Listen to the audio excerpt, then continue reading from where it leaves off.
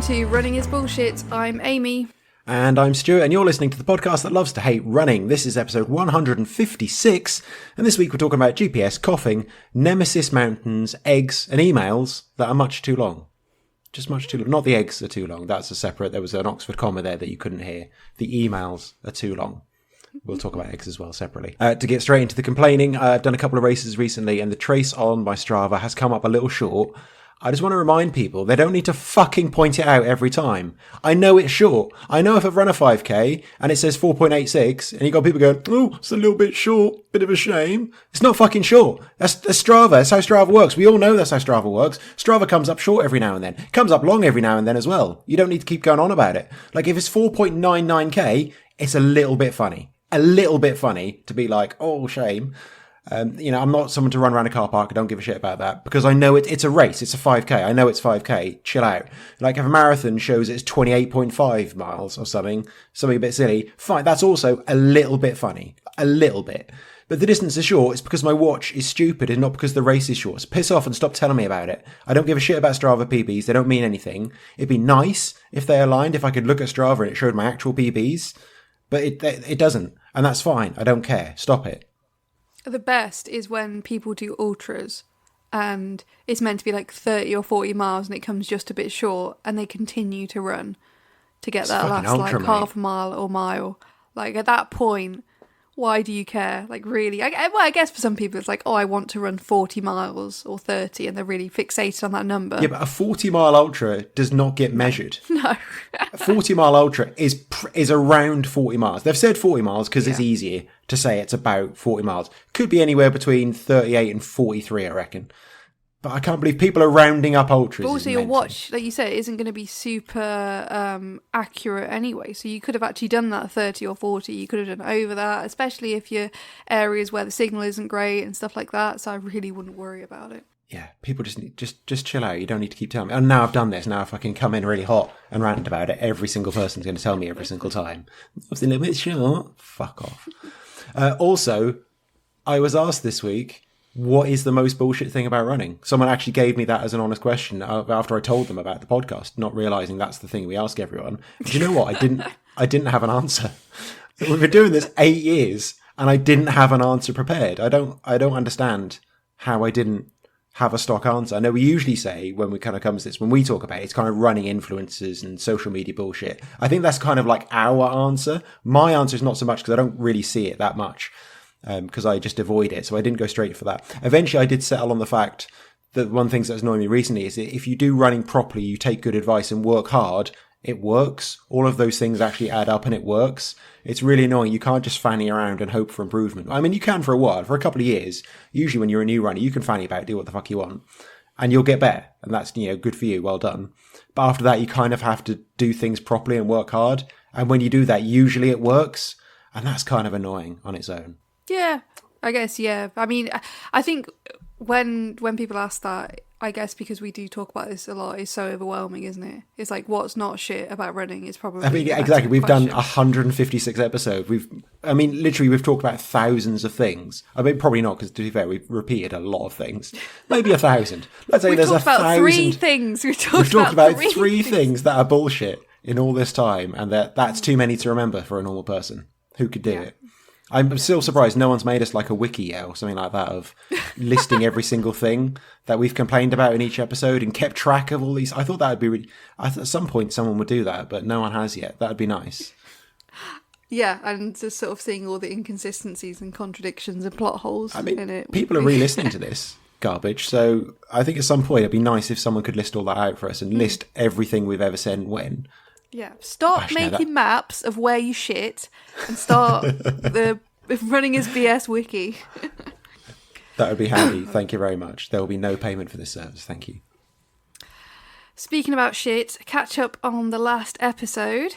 This is a good start. This is not shit at all. It is. No, it's not. Mike Gascoigne's been in touch to say, top episode. Thanks, guys. Oh, that definitely deserves a mention because it's just a compliment. Normally we get backhanded compliments. I can't really see the backhanded aspect of that. Yeah, that was just straight in. Thank you very much, Gaza. Also, Ivor Hewitt sent an email and Danny Norman sent a very shouty voice message because he was on a Bluetooth speaker or something. Anyway, that was about exercise-induced bronchoconstriction, which is why everyone was coughing at the end of my mile race the other week. Basically, it's something to do with you're running really hard, but not using, I can't remember the difference, anaerobic and aerobic something. So you breathe really hard through your mouth. And when you breathe hard through your mouth, the air stays dry and maybe a bit cold. And so that irritates the back of your throat, which is where, it was particularly the back of my throat was really kind of stinging. So that's why that is usually when you run, you breathe through your nose and that moistens and warms the air a bit. But you don't get the opportunity to do that when you're running hard, particularly on a mile race. So I have had this before, but only on like really cold runs. This is like my 18th mile race. I've done a lot of these. I've had a bit of a cough before, but this just, I don't know, the weather that day must have been different because it was just like nothing else. So many people coughing. It was like peak 2020. It was amazing. Makes sense.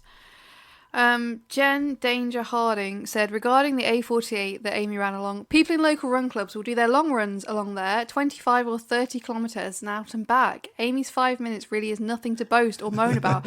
Firstly, I wasn't boasting. And secondly, there is, if you do that for 20 to 30 kilometres, you are mad. Like, you are actually mad. It's horrific. It's just really, really dull. I think if you're doing any 30k out and back, there's something wrong. Yeah. And I know we have lots of people from Cardiff listening, like Lloyd George Avenue. That's another one. I probably did the distance of Lloyd George Avenue, and that is horrendous. That's a horrendous road because it's just long and straight, and it's just nothing happens. Doesn't go up, doesn't go down. You never seem to get closer to your destination. It's awful. If you did half a mile on it, if you did 1 mile, if you did 10k, if you did 25, like, it would be horrific regardless. You're in like some sort of parallel universe when you run down roads like that. Awful. I'd like to hear other people if they have like a long straight road in their town or their city that just feels horrendous. I want to know about these long straight roads.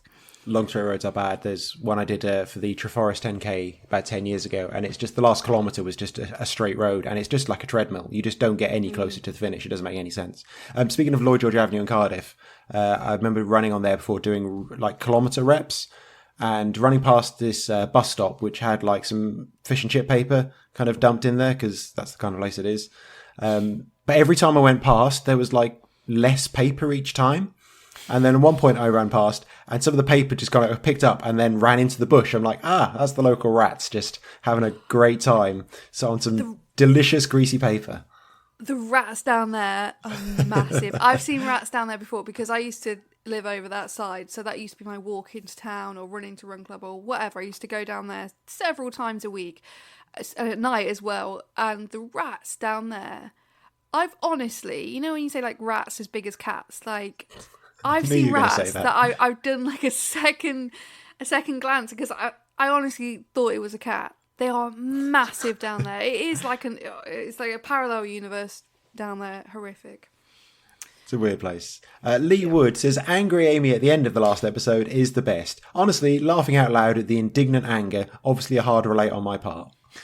What was I angry about again? I can't even remember. We'll read the next comment. Okay. Carol Wilson says, I was going to disagree with something and I can't remember what it was. Perfect. Thank you, Carol. I'm delighted that you've let us know that. It clearly all made an impression on us. What was it? What was it about? I'll have to go back and re-listen. I can remember being angry, but I can't remember what I was being angry about. Again, we've done this too many times. We've been angry about too many things that do not matter to anyone except us. So who the hell knows? It's like when you have like a really bad argument with somebody and then years later you remember the argument, but you don't actually remember what it was about because it doesn't fucking matter. Like, who cares? Amy, tell us about something we do care about.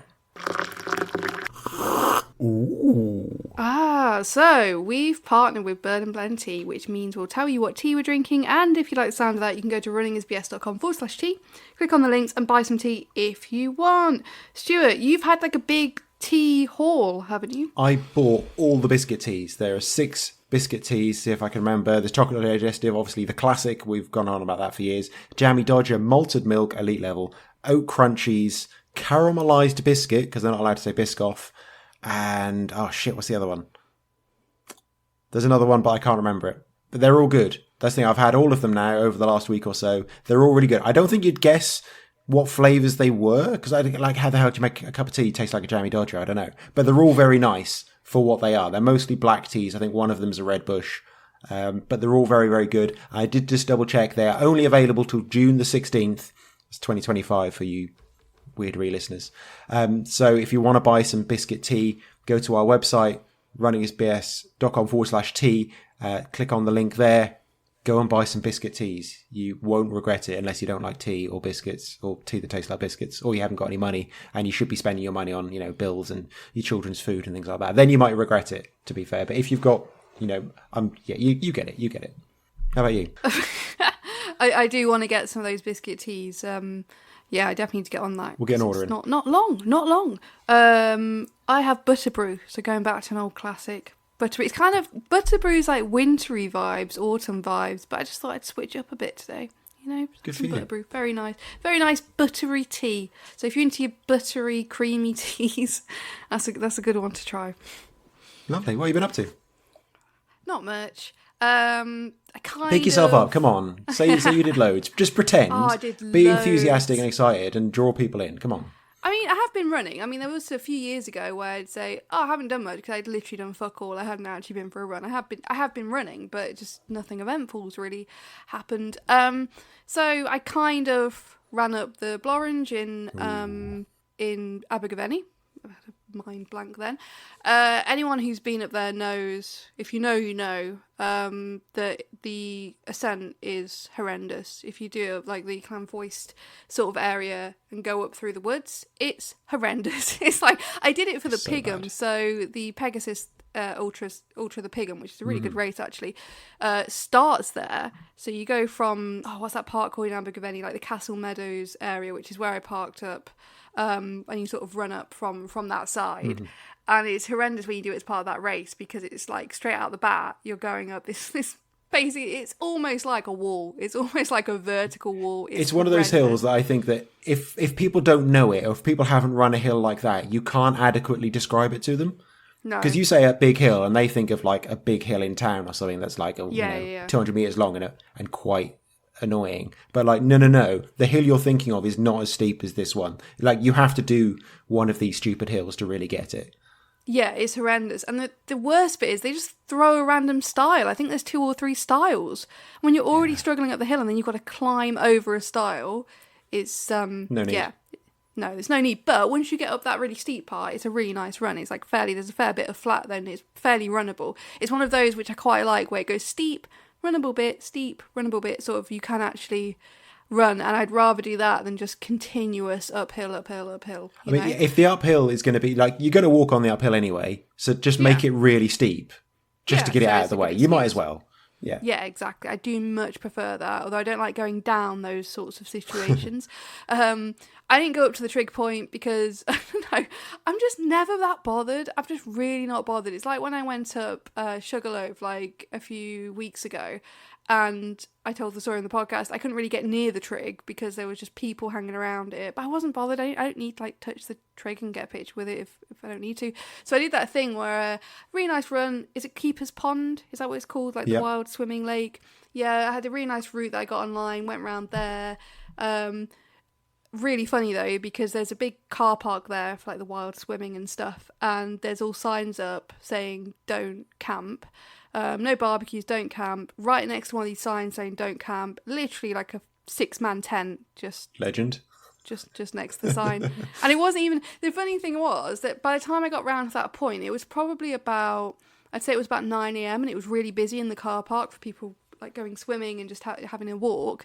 So it wasn't even like they got up at 5 a.m. to move on before people came. They just didn't give a shit. They just absolutely did not give a shit. I can't imagine the police are patrolling up there, enforcing that too often.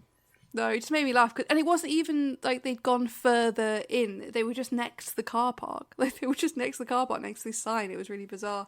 But yeah, so I ran around and then I could see on the route that it was going up to like the trig, and I just thought, you know what, I can't fucking be bothered. I was on this nice bit of country lane. I thought, you know what, I'm just going to keep on this country lane and just run all the way back downhill, back down to the car park, and it was nice. So yeah, that was me not going up to the top of the mountain because I can never be arsed, really. Good for you. Just run round a mountain. It's the same thing, isn't it? Yeah, I'd much prefer running round a mountain because then you got all the views and stuff. Often at the top you can see fuck all because it's so misty. So yeah, I just like to run round the mountain. Amy will be coming around the mountain when she comes. Yeah, exactly. She really what have you been up to? Good news and bad news. I am now officially one of the fast boys. I know I was a bit of a fast boy last year. I did a 5k race the other week. My PB was 19:58, which is a silly PB to get. Yeah, sure. And so my plan was I needed to run under 20 minutes once more. If I could run 19:55 or something like that, just get that once. I've got 2 under 20 minutes. That's much better than having one slightly under 20 minutes. I accidentally ran 19:22, and I don't know how that happened. Year.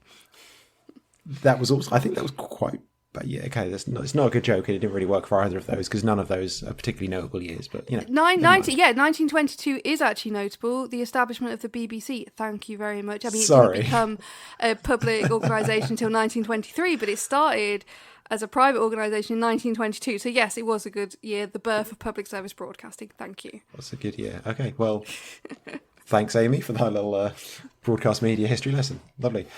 So the problem was that day I looked at my Strava. You know, Strava predicts your times now if you've got Premium. It was predicted for me 1937. I was sending that to people saying Strava can fuck off and I'll go around 1937. It'd be stupid. So I accidentally ran 1922. But the problem is now people are telling me, 19 minutes, you got to go for that now. I'm like, oh, fucking hell. I've just ruined everything now. I thought if I could get under 20 minutes and if I could make that my kind of nice benchmark, that would be great. And now I've got expectations that I'm going to run 19 minutes. And that's so stupid. It's such a stupid time. At 40 fucking years old, been running 13 years. I don't understand. Well, it's because, like I said earlier, it's because I've done proper things. I've been to the gym sometimes. I haven't been this week because can be bothered. But I've been to the gym a little bit and I've done some speed sessions and I just kind of paid a bit more attention and ran better and it's worked. And now it's ruined everything. It's ruined my whole life. I mean, sub 19, you just run a bit faster. Just run. That's it. Yeah. It's just 4 seconds kilometre, 5 seconds kilometre quicker. I mean, that's already such an absurd time. It's just so far away from anywhere I ever thought I would do. And the fact is now I guess that's my benchmark. Now I have to run kind of again at that kind of pace or close to it. I mean, what if I never run anywhere near it again? It will just look stupid. It's so annoying. This is why I don't do road races because because you might accidentally run 19-minute 5Ks. No, yeah, that is a big concern. I don't understand the rhetoric around it. I would not care. If I wouldn't be like, I need to get under 20 minutes. I'd just be like, oh yeah. I'd stop and take a picture or something or have a chat or have a wee. And then I'd be running. I'd probably, if I really focused on road running for years and years and years and got really good, I wouldn't go under 20 because I'd be faffing the whole way. I'd be capable, but I wouldn't do it. Because there'd be some element of faff, which means I'd go over. I look at my the elapsed time sometimes on Strava, and there's an hour there where I'm obviously just faffing and doing other things. So yeah, that's you trying to get down a small incline though. It just looks like you're stationary to be there. Exactly. If there was a 6-inch drop, you're like, oh, hang on, better bum slide off this curb. Yeah, because I am tiny. So it's 6-inch drop for me, relatively speaking. That's up to your knee, yeah, that's true. I'm like a borrower, I've got to fashion a parachute out of a bag or something. Little handkerchief. Yeah. And a thimble. That's what I mean. That's adorable. I also got to hand out some medals, some regional competition medals. That was very lovely. The best thing about it is the age category winners, because obviously the guys at the front kind of know they're in a bit of a race. People in the age categories after that, they're just mid-pack, doing whatever, the best they can. They've got no idea who's around them, what ages anyone else is and who they're racing. So as they cross the line, I can say you're the V50 South Wales champion. And they're like, what? What are you... And there you go, here's Matt. And they're like, what? Why? And it's just great because I also get them right on the line. So they're also completely knackered. And then I tell them, well done, you're a champion. They're just very confused. So that's very fun. I enjoyed that part of it a lot. And also yesterday, there's the reason I didn't go to the gym today because I went on a run to the Brecon Beacons. There were no views. I was out for 3.5, 4 hours. Basically didn't see a thing until the last 2 kilometres. And I went up my nemesis hill. Tour of Oil, for some reason, for years has been my nemesis of a mountain. And actually I haven't done it in 4 years. And I went up it the other day and I'm like, actually, it's not not too bad. It's not like the longest hill. It's not the steepest slope I've ever done, but I think it's like there's a couple of false summits. It's kind of rounded as it goes up. So you think you're at the top once, you think you're at the top twice, and it keeps going. So that was really annoying. I didn't like that. But it wasn't as bad as I remembered it, because I guess I'm 4 years fitter than I was then. So I'm a little bit over Tour of Oil now. Tour of Oil can still fuck off a bit though. I didn't wear waterproof socks, despite knowing I'd be running on grass in the mist for hours. Like, I knew the whole route was going to be, the cloud level was quite low. I knew I'd be in the clouds the whole time. I knew most of it was grass, soaking wet feet immediately, of course. So it was like, why didn't I just wear waterproof socks? Don't know. So just spent the time just like chatting to sheep and just kind of getting around. I managed to see a few people, said hello. I'm one of those people that says, "Oh, good morning." Has a nice. I think towards the end, I had a little chat with someone, because that's what old people do when they're out in the countryside, isn't it? Yeah. So that was very nice. So that's kind of the other part of the Beacons Fell race now recce'd. So I'm pretty sure I know the way, and I probably won't get lost. And it was good to do it in the mist, do it in bad conditions. It's probably a good thing, because at least I know what it looks like when it looks shit, when I can't see anything. So hopefully I'll get around. Yeah. Sure. Be fun. When is that? When is the race? Mid-July. Okay. Yeah. Looking forward to that. I need to just keep banging out the elevation is my plan. You can support this podcast by going to patreon.com/runningisbullshit and donating money every month. Kev Runs a Scot messaged to say the subscriber song on the Stolen Valor episode was the least worst I've heard so far. Good job. Well, thank you very much, Kev. I just checked, and the listener who did that song was me. So thanks, I think. I'm not, again, that's the kind of compliment we're used to. Didn't even realise it was me, even though I've done 50 of these before. Didn't realise it was me, because Amanda Murray Hind, who was going to do it, sent it to me long past my bedtime, and the episode is already scheduled to go out. So we have got that for you this week. This is Amanda Murray Hind singing everyone's names who's donated to us this month. Now buckle in, it's a long one.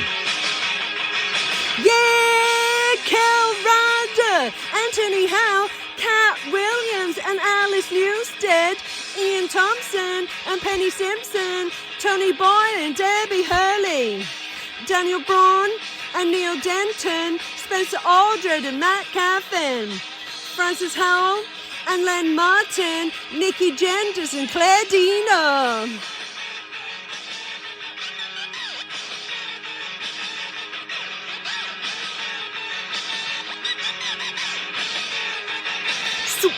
Soup, Victoria Dick and Tony Bates, and Tara Milligan and Matt Garner, Julia Page and Sherry Laughlin, David Irwin and Ruth KP, Dewey and Rachel Bullmore, Raymond Quinn and Brian Simpson, Paul Hibbert and Steve Robson, Tony House and Martin Kaplan.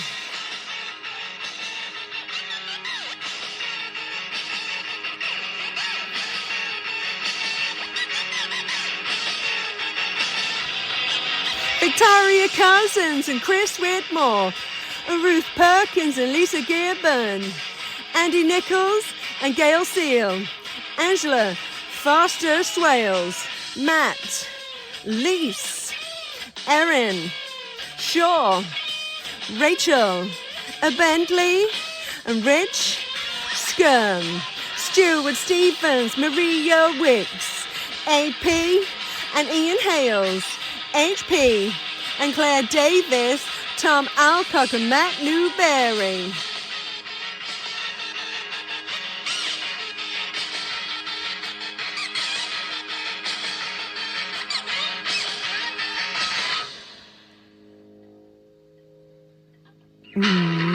Gabrielle Thomas Nair, Andy Robbins, Elliot Line, and Liz Reese, Elizabeth Shaban, and that Fergus, and Mark Willis, Matt H, Victoria Magnus, Jonathan Carter, and Kevin Scott, Matt Jones, and Cheryl Current, Steve Peake, and Erica Varys, Nikki Jones, and that Jay, Jason Spinks, and Larry Warren.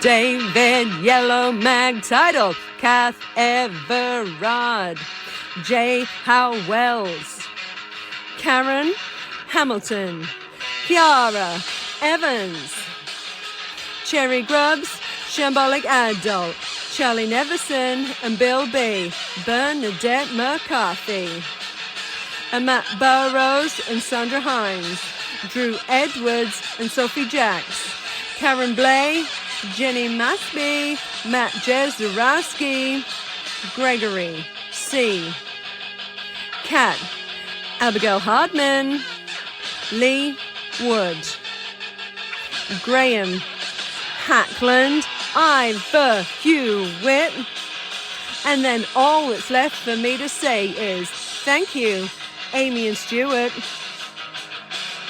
Over and out, I guess. Oh yeah, Amanda Murray Hind. Cheers! Peace out.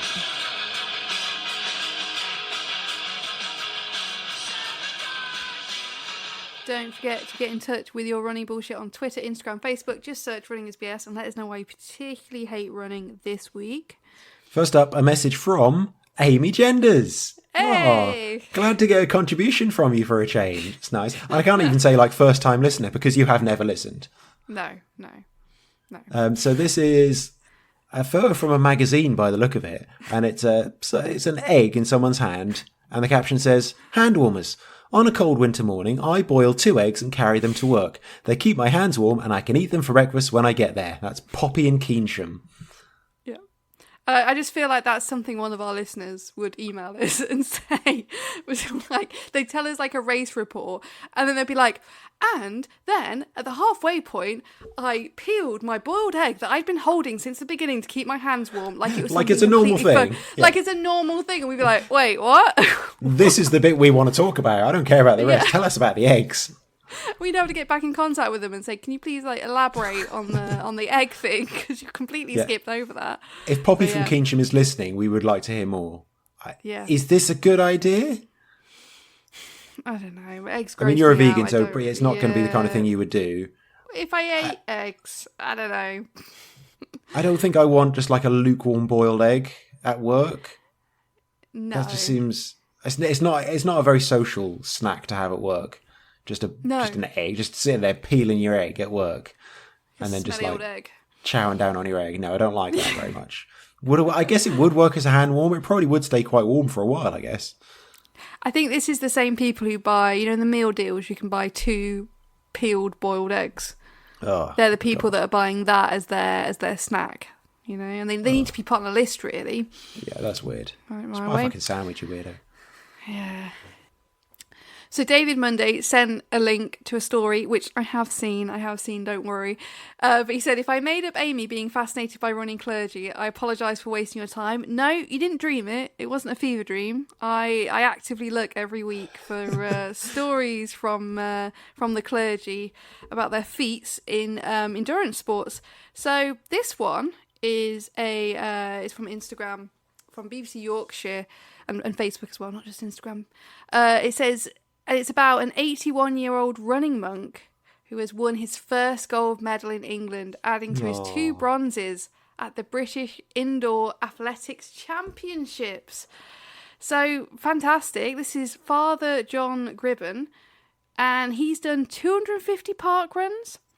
And the crazy thing is, he's so dedicated to parkrun as well. He takes 2 buses to get to his, local one. I guess it's not that local if it's 2 buses, but he takes 2 buses to get to his parkrun. I guess the monastery's out in the country somewhere. Yeah, probably. He said he was inspired by God to take up running, but he made sure to say that God doesn't help him in the race because that would be unfair. So there's no nepotism or assists from God, like he's doing it on his own. But God has allowed him the joy of running, which helps him a bit. So yeah, that is a lovely story. Really. And to be fair, it is a nice little reel, isn't it? Of just like this 80-year-old guy, and he's got a lovely accent, and he does seem very, very nice. Did you get that kind of slightly uncomfortable British thing as you're watching it? Oh, this is nice. Then he starts talking about God, and you're like, oh, it just feels. It's a very American thing. It's very normal, I think, in America and other parts of the world to talk about God and how he's helped, blah, blah, blah. But in the UK, it still feels very strange when you hear people talk about it. I mean, it's probably very normal for a monk to talk like that, but yeah. To be fair, yes, that is very standard. But for the non-monks amongst us, do you think a monk's ever listened to this podcast? Oh, I don't. Yeah, I'm going to guess not. But you get that odd thing like you see on TV. You know, you get an interview after a race or football or something like that, and they're given the normal kind of interview, and then they start thanking God, and you're like, oh, that's weird. But it's not that weird. To be fair to him, he was very clear that God hasn't helped him win the race, like win these races, and like and to run. It's God's inspired him, but yeah, he's doing it on his own, man. Like to be fair, it's not in the rules. Him. Nothing in the rules says God can't help. So yeah, he needs what they call tap it, into like, that. Yeah, religious intervention is not part of it. Yeah, he does. He needs to channel that. So come on, I've been serving you for however many years. Just make me just a bit faster. Smite my enemies. God's quite good at that, isn't he? God's quite good at smiting people's enemies. So, yeah, bring a plague upon these fellow park runners so I may succeed. And of course, it's so good this week for clergy-related stories. We've also had a photo of Matt Garner with a park nun. So a nun at parkrun. Oh, brilliant. We almost asked to use this as a cover photo because it would be an amazing cover photo, but I don't think the nun would consent. I don't know how we'd get in touch with her to ask for her consent. I don't think she'd be cool with it, to be honest. She might be. There's some really cool nuns. You know what? Sometimes on my TikTok I see nuns and they seem like they're having like a great time in their what do you call it where nuns live? A nunnery. A nunnery. Yeah, they seem like they're having a real good time and they're just enjoying life. And a lot of them have social media and stuff. And I think she'd possibly be well up for it, but we can't assume. But that's fantastic. Was she running? Was she running in the full garb, or was she just happened to be there? Like, don't know. May have been walking it. You could kind of walk it in the in the habit. Oh, she looks so happy. Oh, love it. Yes. Absolutely love it. Such a weird tangent we're taking this here and then. I can't wait for the end of your podcast. It's just going to be that, isn't it? The whole episode's really like quite surreal. Okay, next up we've got a slightly abridged email from Russell Turner. It says, "Hi guys, when I was blasted by a vicious burst of hail 12 miles into the Edinburgh Marathon, I knew it wouldn't end well. More showers, more wind. What fun. I was hoping for a few miles of cover from the weather at 17 miles, but after that we were running straight into gales, gusting up to 48 miles an hour. Very specific. I would have said 50 to make it sound more dramatic. Returning the way we came meant I could see the tail end stragglers on the other side of the road, 3 or 4 miles behind. None of them appeared to be enjoying the experience. Tail end stragglers. 5 miles to go, I encountered a girl slumped on the pavement, being encouraged to stand by a random runner. She did, and the two ran on together. Further on, we re-encountered Pavement Girl, now huddled in the middle of the road, declaring she couldn't move. This is the worst day of my life, she exclaimed, with the typical Gen Z lack of drama. We helped her to her feet and watched her continue with the random runner who'd become a running buddy. We saw her again with 2 miles to go, crying at the side of the road, and again with a mile to go. And again with a mile to go. The fact she stayed ahead of us should have rankled, but by then I didn't care. With half a mile to go, the weather gods played one last trick by hurling freezing rain into our faces. We just kept our heads down, toughed it out, and crossed the finish line at Musselburgh 8 minutes ahead of the sweeper. And despite the crap weather, I managed to get sunburn? Scotland's weird. This time, when I said never again, I meant it. A few days later, I'm looking at the Yorkshire Marathon in October and wondering if I can improve on my last effort there. The weather can't be any worse. Stop doing marathons. Like, they're not big, they're not clever, no one cares. Just stop doing them. And the Edinburgh Marathon, I've heard nothing but horror stories about the Edinburgh Marathon. The weather is always shit. Shari Loughlin also ran the Edinburgh Marathon and said, "I'm not a fast runner, so I was in the back of the pack. You were one of those, stragglers. Tail end stragglers. You were straggling. You're tail end straggler. Back of the pack when these two kids rode their motorised scooter carrying a water gun onto the course right in front of me. Oh my God. Oh, well. I told them to get the fuck off the course. They didn't move and we exchanged more words and hand gestures. Then they shot me with the water gun. I chased the kid up the street a bit, which made matters worse. I decided to end it by sprinting towards a pack of other runners ahead of me to join a pack. The kid followed me into the pack, but then broke off and left. In hindsight, I probably just should have gone around them, but I was tired and didn't want to put up with their bullshit. Yes, I would have been the same. Also, I love it. Like I said the actual words, but she was censoring her own swearing, which is quite sweet given the nature of our podcast. I do love when people. It does happen quite often, and it does just make me laugh. I'm like, we're going to read this out and swear. It's just. I just find it funny when people censor their own swearing. Yeah, I'm like, it's still swearing. If you put a little asterisk in there instead of the vowel, it's still swearing. It's still the same thing. It's very funny. Know what you mean. And Russell actually also encountered these youths, so it wasn't an isolated incident. They were having a lot of fun for some reason, squirting people with a water gun. Now, where are these kids on hot days? They would be absolute heroes. The message would be entirely different. They'd be, there was these absolute legend kids going up and down the pack, squirting everyone and cooling them down. Heroes, legends, but just not in the piss and rain. No. What's the point in the piss and rain? You're already wet. Like, why does it matter? Yeah. Horrible. Silly marathons. We had an email from Lisa Gibbon. She said, "Hi Amy and Stuart. Today I want to tell you why racing mobility scooters is bullshit and probably makes you a bad person." Now, after this opening, there was about 1,000 words of her story. I'm not even joking. I've tried to condense down a bit. So shout out to ChatGPT. Thanks, Lisa and Russell. We like your emails. If you guys could just be a bit more succinct, that would be lovely. I know we do try and pad out the podcast a little bit, but, when it's 14, 15 paragraphs, it's quite a lot. Anyway, we're burning so many rainforests to get your emails down. So I'm okay with that. Yeah. We're emptying reservoirs specifically for you. So actually, it's your fault we're destroying the environment by sending long emails, is what I'm saying. Yeah.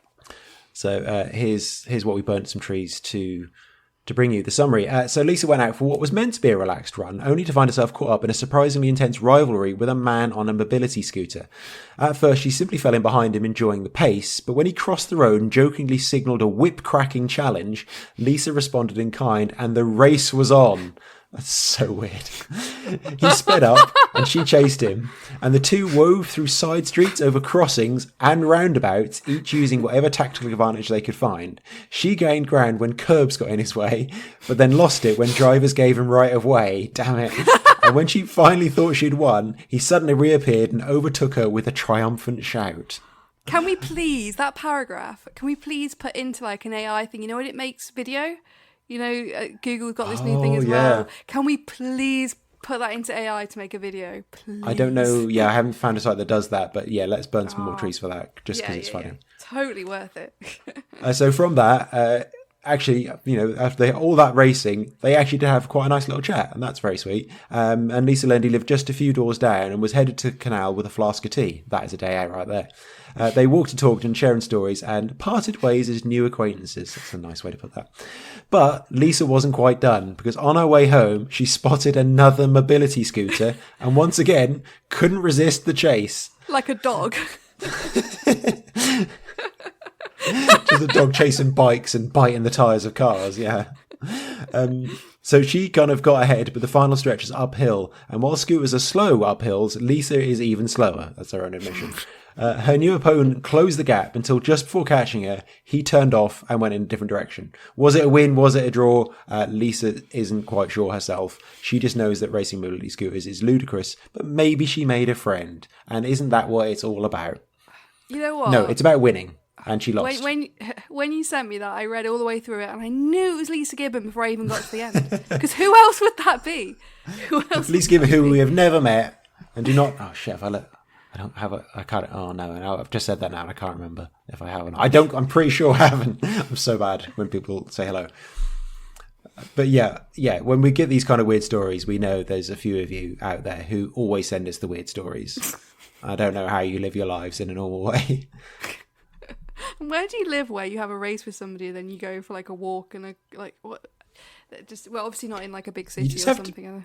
You have to be sure you're doing this right, because like if that person's going to get home off their mobility scooter and be like, God, I was getting home, this woman just started chasing me. I had to go quicker to try and get away from her.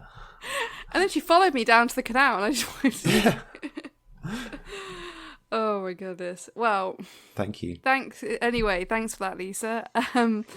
And thanks to John Dunn, who sent us an image of a sports shoes pamphlet. And the key points from that, this is about research they've done, the key points from their own research say that 40% of the UK population runs at least once a week. I don't think that's correct. And 28% want to start running or are considering running more in 2025. Who gives a shit? Why does it matter what people want to do? What are they actually doing? So yeah, so for context, that's 27.3 million people running once a week. Surely that's like absolute bollocks. There's no way 27 million people run once a week in the UK. Like at parkrun, I know parkrun's not everyone, clearly. That's 200,000. And so there's no way there is 27 million other people running once a week. Absolute bollocks. But it also depends how they ask the question, because if they've asked it in a way that people maybe count, like running for a bus or something, but yeah, this was a survey of 3,000 people, like a fairly big sample size, but I still think it's a stretch to say that represents like the whole UK population. It's sort of like, we know that 40% of the UK population, blah, blah, blah. I think you want to be getting closer to like 10,000 plus to be like making massive statements like that. Even that other one, 28% want to start or are considering running more. Those are two entirely different things. So that's people who don't run and want to start, and people who currently run but want to run more. And I think you could probably ask, I feel like most runners would probably say they'd like to run more because they feel like they should be training a bit more, or they'd like a bit more time. So you can't put those two things together at all. That just doesn't make any sense. This is terrible. This is horrible. But then this is, of course, it's from Sport Shoes, and they want to sell you shoes. Yeah, and they'll be paying this research company to do it in a way that sort of helps them to sell shoes. Gets the answers they want. I don't think 40%. No way. Yeah, you can't take that from a sample of 3,000 people. Absolutely not. But yeah, thanks, Sport Shoes. It's the bullshit. Running is da da da da da da da da da. I'm not going to get too annoyed this week. I know, I just blew my top a bit on the last episode and it was a bit too much. I'm just going to keep it calm. Yeah, luckily we've got a nice gentle story to ease us in here. It's not controversial or anything. There's nothing worth getting angry about. No. So, the first story is an investigation by the Metro, which I was really surprised about actually. But the Metro's done this investigation because thousands of men are spitting on women runners. Oh, okay. Well, absolutely. Guess it's something we can't get annoyed about then. I'm going to try hard not to though, because I'm going to really try for my own health. So this was an investigation by the Metro that found 1 in 10 women have been spat on while running. That is nuts. 1 in 10 women. And in the article, it's really worth having a read of the article. It's quite good. So in the article, they talk to a woman who's had this experience. They talked to a few women actually who's had this experience, but one of the women that was featured, she described her experience of being spat on by a man, and then 2 weeks later, she was spat on again by a different man. Fucking hell. She was spat on twice by 2 different men in 2 weeks. How insane is that? Like, what is going on? What is going on? Absolutely disgusting. So just to read from the article as well. So Fiona Vera Gray, who's a violence against women and girls activist, who's working at London Metropolitan University, said she's not surprised by the findings, as she knows people who have been victims of spitting. I think even if you don't know victims, most people, if you live in the real world, especially if you're a woman, are probably not surprised by these findings. It's disgusting. But I don't think it's particularly surprising. I think the 1 in 10 aspect is, I would say actually that is perhaps a bit surprising. I didn't think it was so prevalent, but it's not surprising that this happens. That 1 in 10 number, that came from an Instagram poll of 1,000 people. Okay. So, not even actually, possibly not even necessarily women. People might have answered twice. So it's a fuzzy number. Another more dodgy research. It's, most people know it is sort of happening. It clearly does happen, yeah. Yeah. So she believes that the perpetrators do it because it's demeaning, degrading and dehumanising, and also men probably do it because it's not going to be seen as a serious form of harm and likely won't be reported. You should definitely, if you're listening, it goes without saying, like if you're spat on, definitely report that. I think spitting is like a sort of assault, isn't it? Somebody who's probably a lawyer is maybe listening, but I think there is something about spitting that's like classed as some sort of assault or something that's illegal, basically. People can't just spit on you.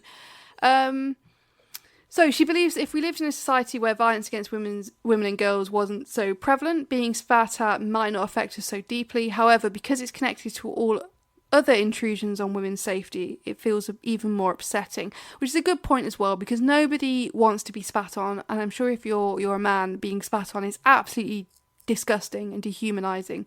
But I guess the point she's making is that it's sort of tenfold for women, because they're already living in a society where there's other, like she says, intrusions on women's safety, so it feels like she says, like intrusive. So I guess there's that added layer to it when it comes to women.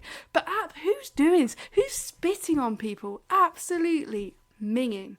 What's wrong with people? The article did say as well, this was intentional as well. It wasn't like someone just spitting and kind of accidentally or not paying attention. This was like, eye contact, doing it very intentionally to make some weird point. Yeah, you can. Well, if you read the article, sort of people who have experienced, I think there's a couple of women at least in the article who talk about their experiences of being spat on, and these men like actually stare at them for a bit and then very consciously spit on them. It made me feel sick reading the article. It's absolutely disgusting. So I can't even imagine how those women must have felt experiencing that. And I think, and I've said this before about other similar things, I guess if it happens to you as well, there's almost like a state of shock.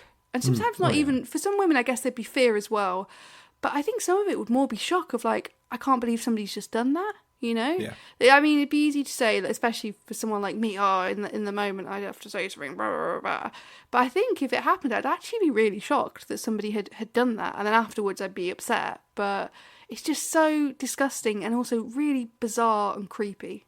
Ugh. Yeah, exactly what you said. I think a lot of people would be like, well, if I'd kick off, but... I think naturally a lot of people wouldn't, because you wouldn't believe. And if someone has done something to you like that, which is kind of a really visceral, primal thing as well, to be spat on, you kind of think, I don't want to mess with that, because what else are they capable of? If they're capable of going from naught to that, they're going to be capable of other things. And that's you're not the kind of person you want to mess with. No, and I think naturally your sort of self-preservation would kick in and think, let's just get out of the situation. But definitely, like, if that happens, you definitely report it to the police. That's, like, not acceptable. And like I said, somebody can probably correct me if you're, like, listening and you know the law better than me, but I don't think it's legal to spit on somebody. I feel like it is classed as some minor level of assault. But I mean, even if it wasn't, it would still be a thing you report to get numbers on it. 100%. Even if these are minor, if it's some kind of minor sub-assault level thing, it's still useful for the police to have numbers and locations and, that kind of thing. Yeah, exactly. I'm just going to Google it. Yes. Thank you, ChatGPT again. No, that's from the West Yorkshire Police. Lovely. There we go. Great bunch of lads. Let's move on to a story that Amy's added here. I think she just wants me to read some of these quotes from it so she can react. I think that's the intention here.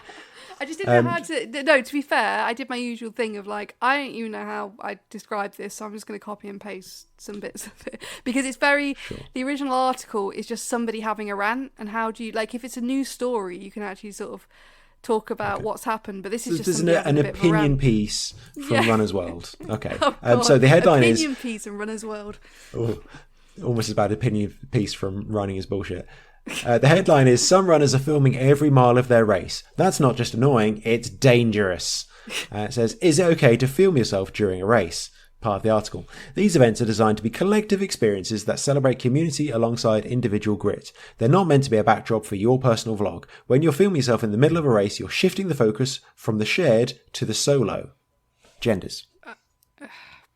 I think that's a bollocks reason to not want people to film during the race. What are you talking about? Celebrate community alongside individual grit.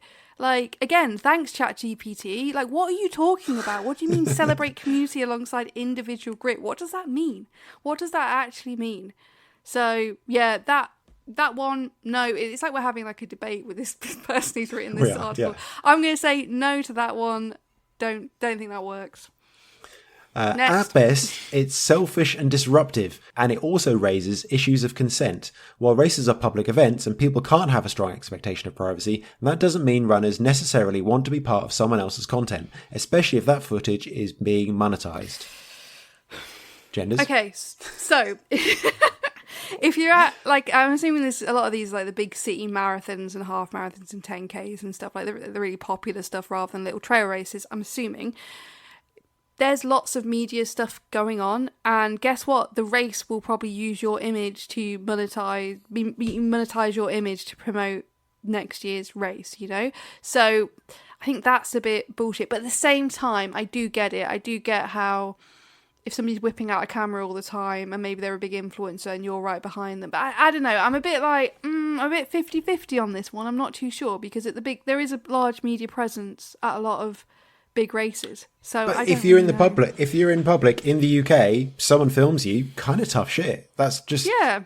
Again, it's about expectation of privacy, and on the street, and especially in a race, there is not an expectation of privacy. So no. That's just kind of, everyone's filming themselves all the fucking time now.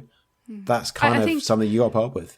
Yeah, actually, I do think like it's the context of it as well. Because if you're just in the background while somebody's filming something, who cares? Like, it doesn't matter. Yeah, as long as they're not filming you saying, "Look at this cunt," that's a different thing. And you're in the background being like, "Stop! You're not celebrating community." An individual crit. Yeah. No, I do think that's a bit bollocks. You're going to be being photographed, filmed by lots of people, spectators, but also official people there and all that sort of thing. You could end up on the front page of a newspaper. You don't know. So, yeah. Do you ever get those emails as well where it's promoting like a local race and you'll see somebody you know on the email and you'll be like, ah!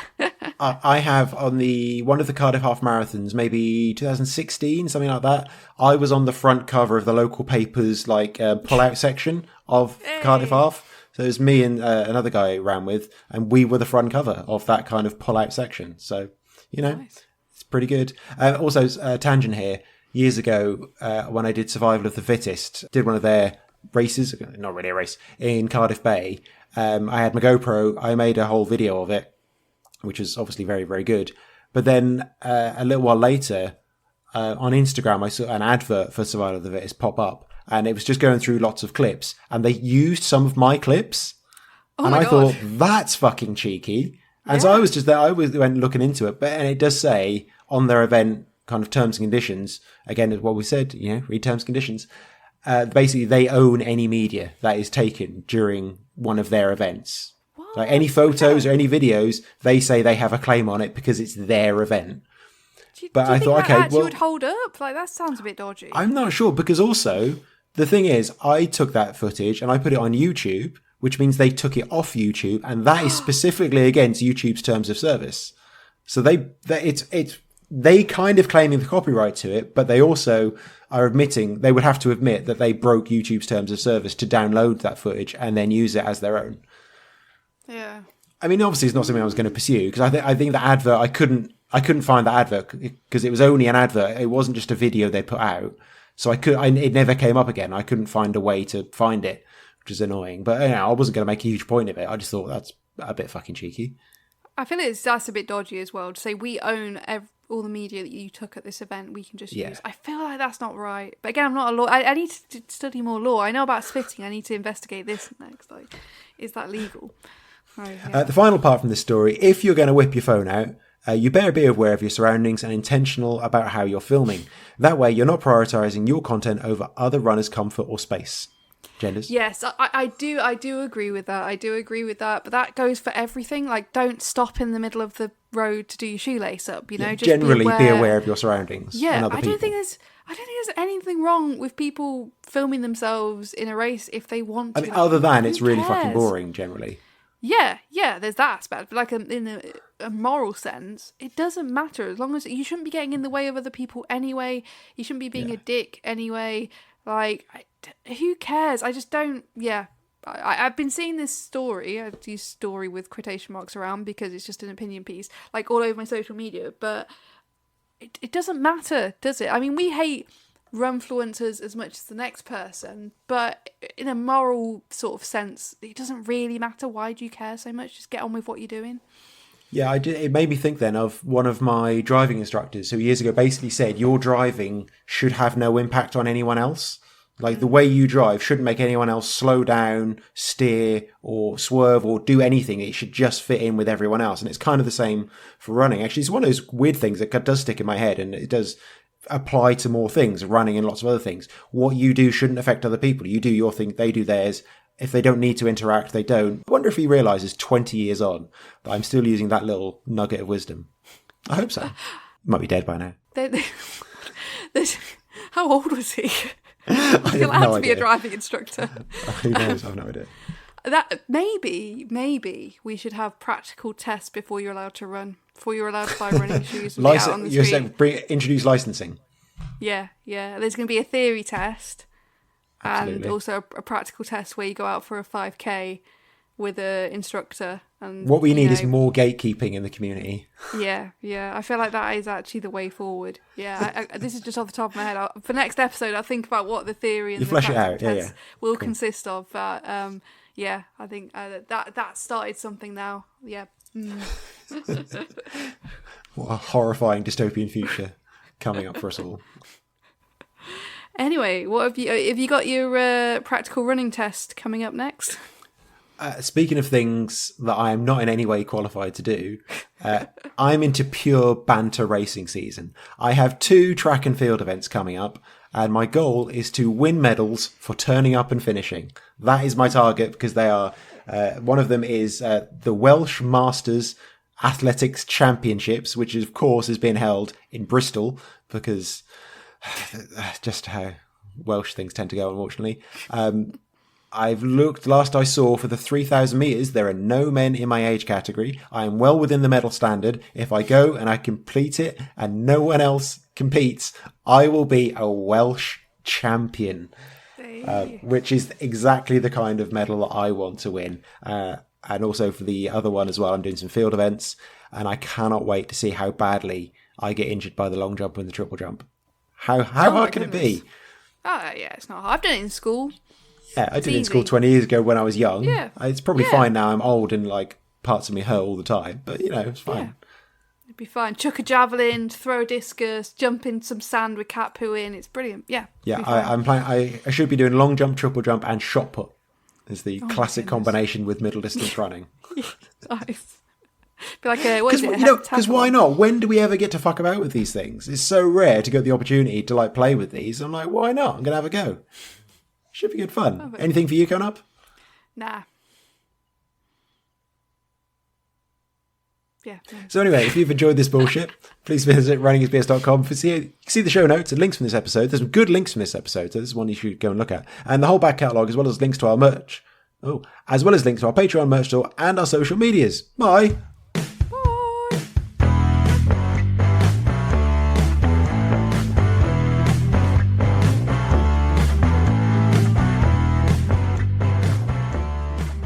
This is the worst day of my life.